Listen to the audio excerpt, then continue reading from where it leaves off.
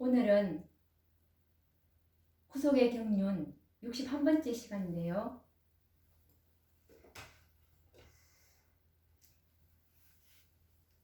이 계시록 18장 기배를 계속 연구하고 있는데, 계시록 18장은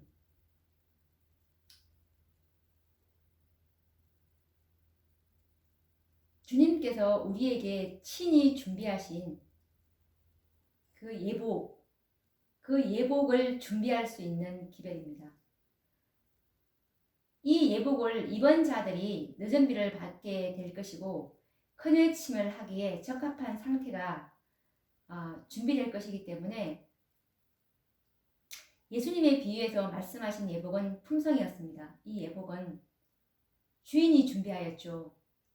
그래서 혼인잔치에 참여할 자들의 이 예복은, 품성은 손님들이 준비한 것이 아니고 주인이 예비하신 선물이었다는 말씀을 지난 시간에 우리가 연구를 했는데, 완전한 품성은 인간들이 스스로 만들 수 있는 예복이 아닙니다. 이 품성은 예수님께서 인간으로 오셔서 개발하신 품성이고, 이것은 또 원하는 자들에게 값 없이 주어지는 하나님의 선물이라는 그런 기별이 바로 계시록 18장 천사가 갖고 왔던 기별입니다. 그래서 이 셋째 천사의 기별을 전하고 있는 제7일 안식일 예수 재림교회가 계시록 18장의 그 18장 천사를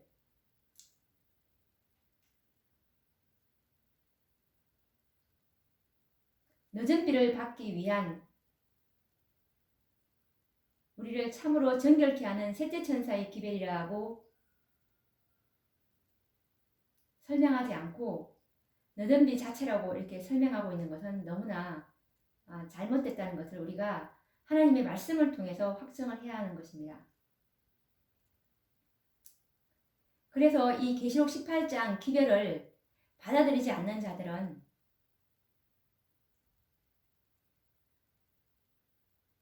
늦은 비를 받을 수가 없고, 살아서 하늘로 승천할 14만 4천인으로 준비되기에 적합하지 않게 될 것이라는 뜻입니다. 그래서 반드시 계시록 18장 천사의 기별이 무엇인지 우리는 연구해야 되겠죠. 이 복음을 받는 자들만이 늦은 비를 받게 될 것이라는 것이 지난 시간에 우리가 연구한 주제였습니다. 오늘은 우리에게 완전하신 품성을 주신다는 이 말씀을 조금 더 깊이 다뤄보려고 하는데요. 이 완전한 품성은 우리에게 값 없이 선물로 주셨고, 이것을 원하는 자들은 하나님께서 친히, 선물로 받은 자들은 친히 그분의 품성으로 이루어 주실 것이라는 그 말씀을 오늘은 좀 더 깊이 다뤄보도록 하겠습니다. 디모데전서 3장 9절을 보시면 믿음의 비밀, 그리고 유다서 1장 3절에 보시면 단번에 주신 믿음의 도라는 이 말씀이 있습니다. 이것이 무엇인지 우리가 연구를 해봐야 되겠죠. 사도 바울은 우리에게 매우 중요한 믿음의 비밀을 공개하셨는데요. 히브리서 11장 1절에 보시면 믿음은 바라는 것들의 실상이요 라고 말씀하셨습니다. 이 말씀 속에 유다서 1장 3절에 단번에 주신 이 믿음의 도라는 이 믿음의 비밀이 공개되어 있는데요. 로마서 4장 3절에서 5절에 바로 그 믿음의 도, 믿음의 비밀이 숨겨져 있는데 한번 읽어보도록 하겠습니다. 도대체 이 믿음의 도가 무엇인지, 믿음의 비밀이 무엇인지 로마서 4장 3절에서 5절 말씀을 보시면 성경이 무엇을 말하느뇨? 아브라함이 하나님을 믿음에 이것이 저에게 의로 여기신 바 되었느니라. 일하는 자에게는 그 삭을 은혜로 여기지 아니하고 빚으로 여기거니와 이를 아니할지라도 경건치 아니한 자를 의롭다 하시는 이를 믿는 자에게는 그의 믿음을 의로 여기시나니 라는 말씀이 있습니다. 여기서 보시면 의롭지 않고 그리고 경건하지도 않고 일을 하지 않았지만 의롭다 하시면서 구원의 삭을 주시는 것은 믿음 자체를 의롭다고 보시기 때문입니다. 아브라함도 우편 강도도 바로 이 믿음으로 구원을 받았습니다. 성경에 기록된 하나님의 말씀을 믿고 바라는 자들에게는 그 믿음을 실상으로 여기시겠다는 말씀입니다. 다시 한번 제가 이 말씀을 다시 한번 강조하고 싶은데요. 성경에 기록된 약속의 말씀, 성경에 기록된 약속의 말씀을 믿고 그리고 바라는 자들에게는 그 약속의 말씀을 믿는 그 믿음을 바로 실상으로 여기시겠다는 말씀입니다. 우편 강도가 무엇을 바라고 믿었습니까? 우편 강도는 십자가에 달리신 그리스도를 바라보면서 자신의 죄를 용서해 주실 것과 구원을 바라는 믿음을 가지고 죽었습니다. 우편 강도가 바라고 믿었던 것은 예수님을 바라보면서 자신의 죄를 용서해 주실 것과 그리고 구원을 바라는 그 믿음을 가지고 죽었다는 말씀입니다. 그래서 그리스도께서는 그의 믿음을 실상이 되게 하시겠다고 약속하신 것입니다. 그렇다면 우편 강도의 믿음을 실상이 되게 하신 것처럼 우리의 믿음도 실상이 되게 하실 것입니다. 그러면 우리는 어떤 것을 바라고 소원하는 믿음을 가져야 할까요?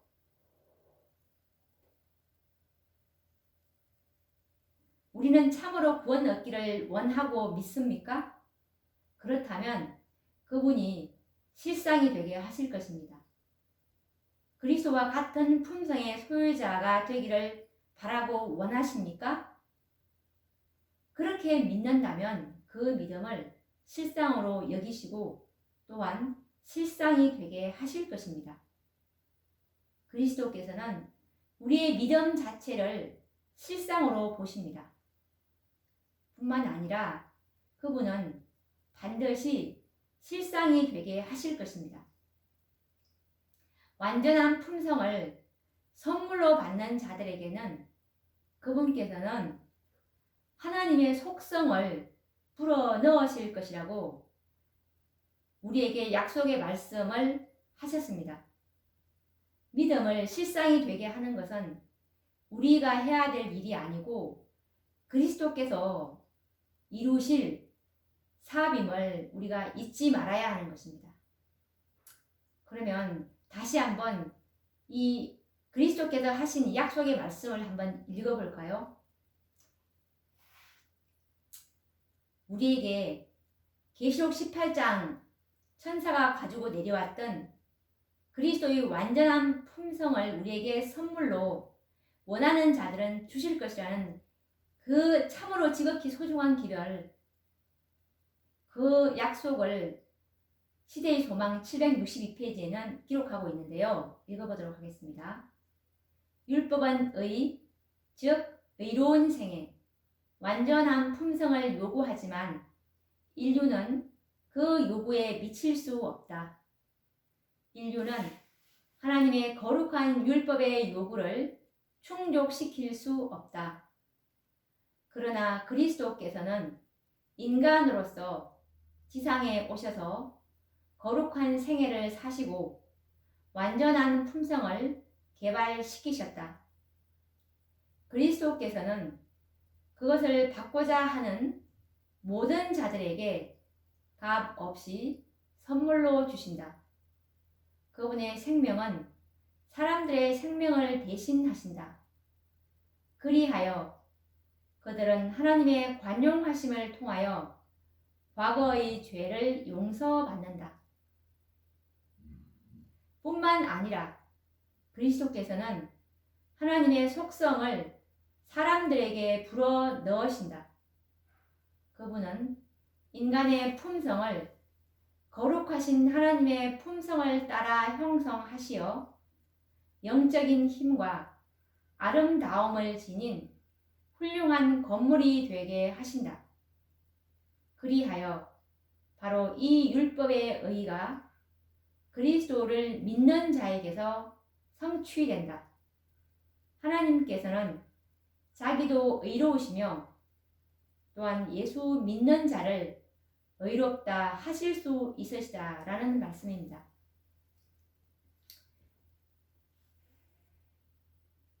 그분의 생명은 사람들의 생명을 대신하신다라는 이 말씀과 그리고 하나님의 속성을 사람들에게 불어 넣으신다라는 이 말씀과 율법의 의가 그리스도를 믿는 자에게서 성취된다는 말씀을 믿는다면 주님께서는 친히 그 믿음을 실상이 되게 하시겠다고 약속하신 것입니다. 그래서 하나님께서는 그리스도가 개발하신 완전한 품성을 선물로 받는 자들의 믿음을 실상으로 보시는 것입니다. 왜냐하면 예수님께서 약속을 믿는 자들을 반드시 실상으로 만드실 것이기 때문입니다. 하나님께서 우리의 믿음을 실상으로 보신다는 것은 성경이 말하는 확실한 진리입니다. 우리가 온전하지 못하지만 우리가 그리스도의 완전한 품성을 믿음으로, 즉 선물로 받아들일 때 그리스도께서는 우리의 믿음을 실상으로 만드실 것입니다. 그래서 예레미야 23장 6절 말씀처럼 그의 날에 유다는 구원을 얻겠고 이스라엘은 평안히 거할 것이며 그 이름은 여호와 우리의 의라 일컬음을 받으리라 라는 말씀을 하셨습니다. 오늘날 우리는 여호와의 의를 믿음으로 우리의 의로 받을 수 있는 날에 살고 있음을 기억해야 합니다.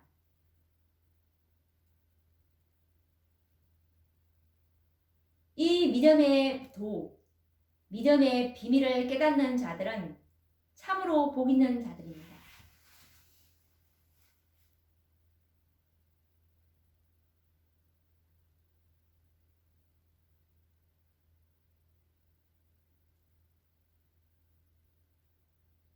여호와의 의를 믿음으로 우리의 의로 받을 수 있는 날에 살고 있는 백성, 얼마나 복 있는 자들입니까? 구속의 경륜은 하나님의 독생자이신 그리스도를 선물로 주심으로 시작되었고 마침도 선물로 마치게 될 것입니다. 모든 것이 은혜이고 선물이라는 말입니다. 그리스도께서는 이처럼 하나님의 선물을 감사히 받는 자들에게 그 믿음을 친히 실상이 되게 하십니다. 이 믿음의 도를 깨닫게 되면 사단의 능력은 무력해질 것입니다.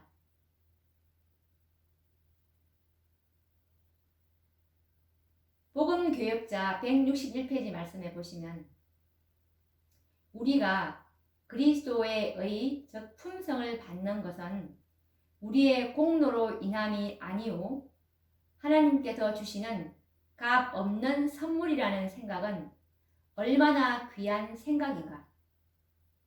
하나님과 사람의 원수 마귀는 사람들이 이 진리를 충분히 받아들이면 자기의 힘이 무력하여질 것을 알므로 이 진리가 명백히 소개되는 것을 좋아하지 않는다 라는 말씀입니다. 그리스도의 의를 우리가 원하는 자들은 선물로 받을 수 있다는 이 진리는 이것을 참으로 믿음으로 받아들인다면 예수님께서 우리를 그렇게 만들어 주실 것이기 때문에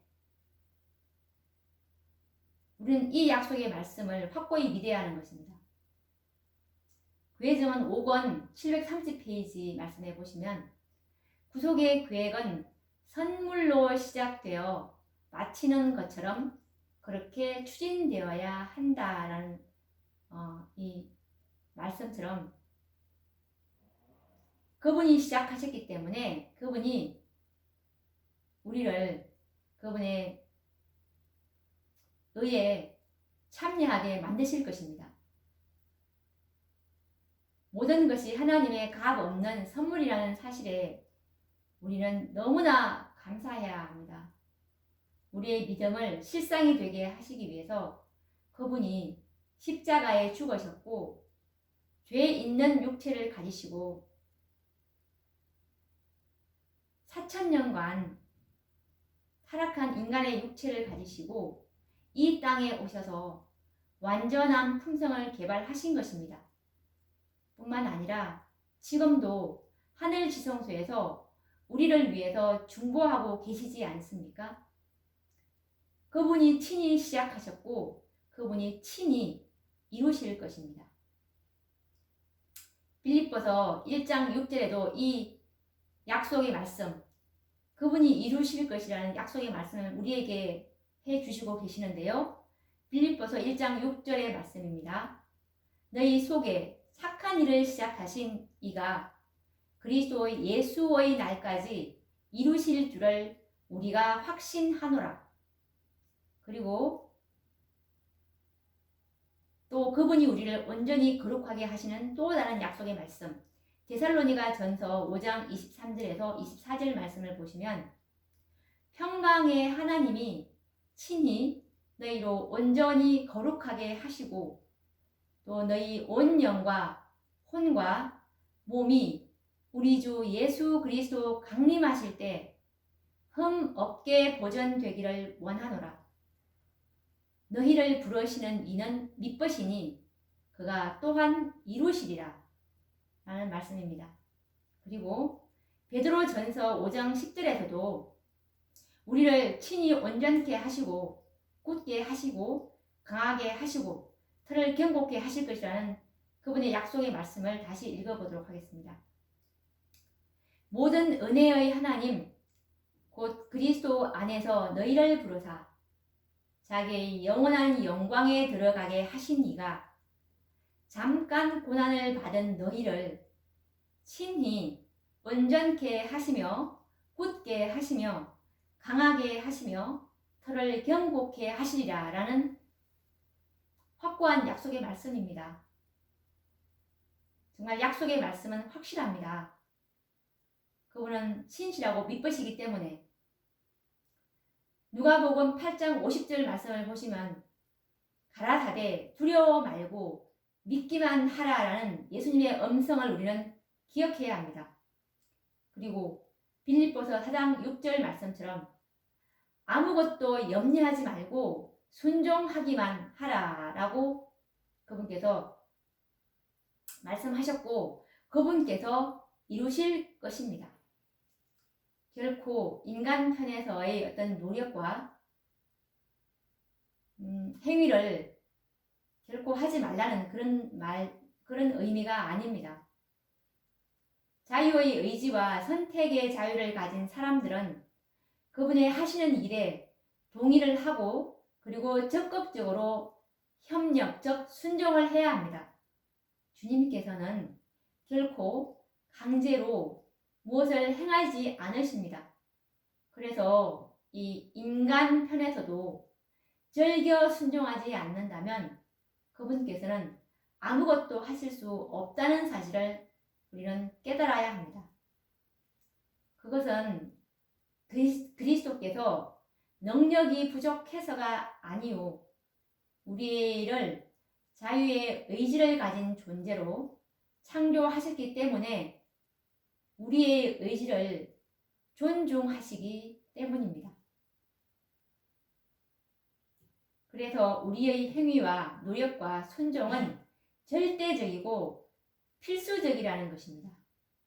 그런데 중요한 사실은 우리의 행위와 노력 그리고 순종 자체에는 인간의 마음을 변화시키는 능력이 없다는 사실을 깨달아야 합니다. 변화의 능력은 우리의 노력과 순종의 행위에 있는 것이 아니라 우리의 믿음의 의지에 역사하시는 그리스도의 말씀에 그 능력이 있는 것입니다. 그리스도의 말씀에 그 능력이 있다는 것을 다시 한번 강조하고 싶습니다. 우리 인간들은 이런 사실을 잊어버리고 있는데요. 주님의 중보의 은혜가 없이는 우리들의 행위와 노력 그리고 순종만으로는 근본적인 생애의 변화는 불가능하다는 사실을 우리는 잊지 말아야 합니다. 품성 변화는 전적으로 하나님의 은혜요 선물이라는 사실을 기억해야 합니다.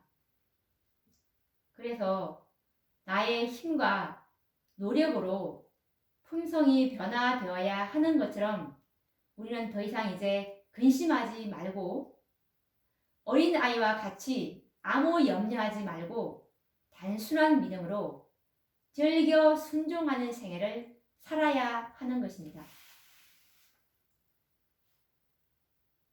왜 나는 품성이 변화되지 않을까? 라고 이제 더 이상 말하지도 말아야 합니다. 주님이 하실 일을 우리가 염려할 필요가 없다는 것입니다. 우리를 변화시키는 분은 그리스도이십니다. 다만 우리는 믿고 순종함으로 그분께 협력하기만 하면 되는 것입니다. 그분께서 반드시 우리들의 믿음을 실상이 되게 하실 것입니다. 영원한 생명과 품성이 모두 값 없는 선물이라는 이 복음은 온 세상에 큰 외침으로 전해져야 할 참된 셋째 천사의 기별입니다. 이것이 바로 계시록 18장에 공개가 되어 있죠. 지금까지 첫째 천사에서 다섯째 천사까지 예언된 이 복음의 역사와 그리고 실상 경험을 이제 우리가 연구해 보았는데요. 이 다섯 천사의 기별과 복음에는 어느 하나도 빠뜨릴 수 없는 개인적인 경험을 포함하고 있는데요. 살아서 성천하기를 고대하는 자들인 이 14만 사천인들은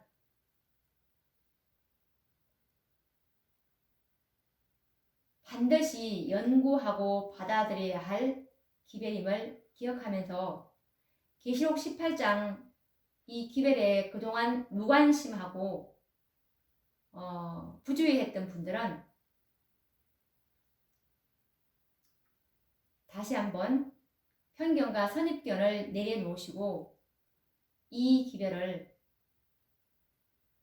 연구해 보시기를 정말 그접그접 또 당부드립니다.